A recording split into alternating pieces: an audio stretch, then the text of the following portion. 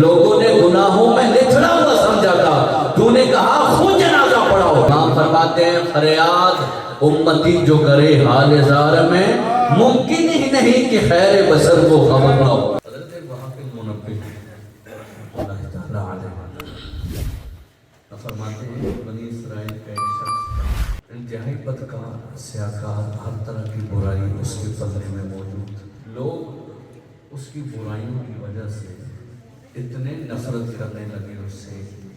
اتنی نفرت کرنے لگے کہ جب اس کی روح نکلی کہ لوگوں نے اس کی بدکاریوں کی وجہ سے، اس کی سیاہکاریوں کی وجہ سے اسے اٹھایا، گندگی کے ڈھیر پر پھینک دیا۔ اللہ تبارک و تعالیٰ نے موسیٰ علیہ السلام کو بھی فرمائی موسیٰ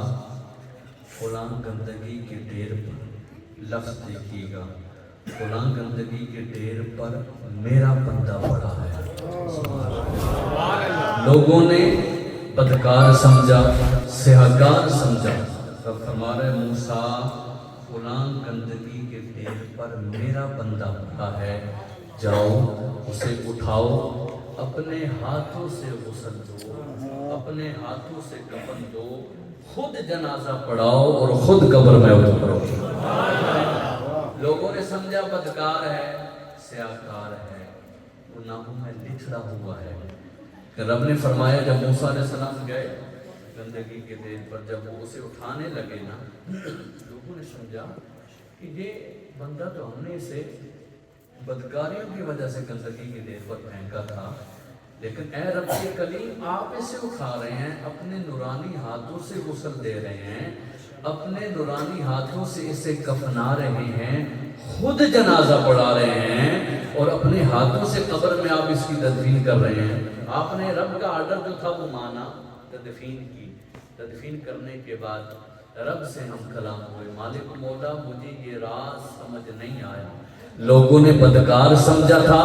تو فرما رہا ہے میرا بندہ ہے، لوگوں نے سیاہکار سمجھا تھا، تو نے کہا کہ اپنے ہاتھوں سے غسل دو، لوگوں نے گناہوں میں لتڑا ہوا سمجھا تھا، تو نے کہا خود جنازہ پڑھاؤ۔ رب فرماتا ہے موسیٰ واقعی بدکار تھا، واقعی سیاہکار تھا، لیکن ایک ادا اتنی زیادہ اس کی پسند آئی، جب بھی قرآن کھولتا نظرہ الی اسم محمد، وہ میرے نبی کے نام پر اس کی نظر پڑتی، فَقَبَّلَهُ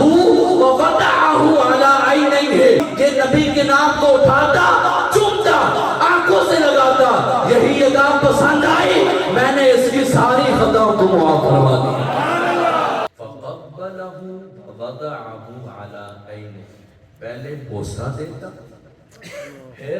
اس نام کو اٹھا کے آنکھوں سے لگاتا۔ اگلی بات جس کے لیے میں نے اس روایت کا انتخاب کیا، یہ کر کے وَصَلَّى عَلَيْهِ، میرے محبوب پر درود پڑھتا، درود پڑھنے والا ہو اور وہ کیسے گندگی کے ڈھیر پر ہو۔ امام فرماتے ہیں فریاد امتی جو کرے حال زار میں، ممکن ہی نہیں کہ خیر بشر کو خبر نہ ہو۔ لہذا یہ روایت اس لیے عرض کی، آج رات ہم یہ عہد کر کے اٹھے اپنی ذات کے ساتھ کہ آج کے بعد مصطفیٰ پر باقاعدہ سے درود پڑھنا ہے۔ سمپل سی بات، اگر درود کی فضیلت کی عرض کر دوں، سمپل سی بات وہ یہ ہے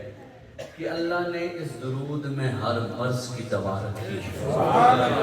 جو جس وجہ سے جس نظریے سے پڑھے گا اسے عشق مصطفیٰ بھی عطا ہوگا، اللہ اس وجہ سے اس کی مشکلیں بھی آسان فرمائے۔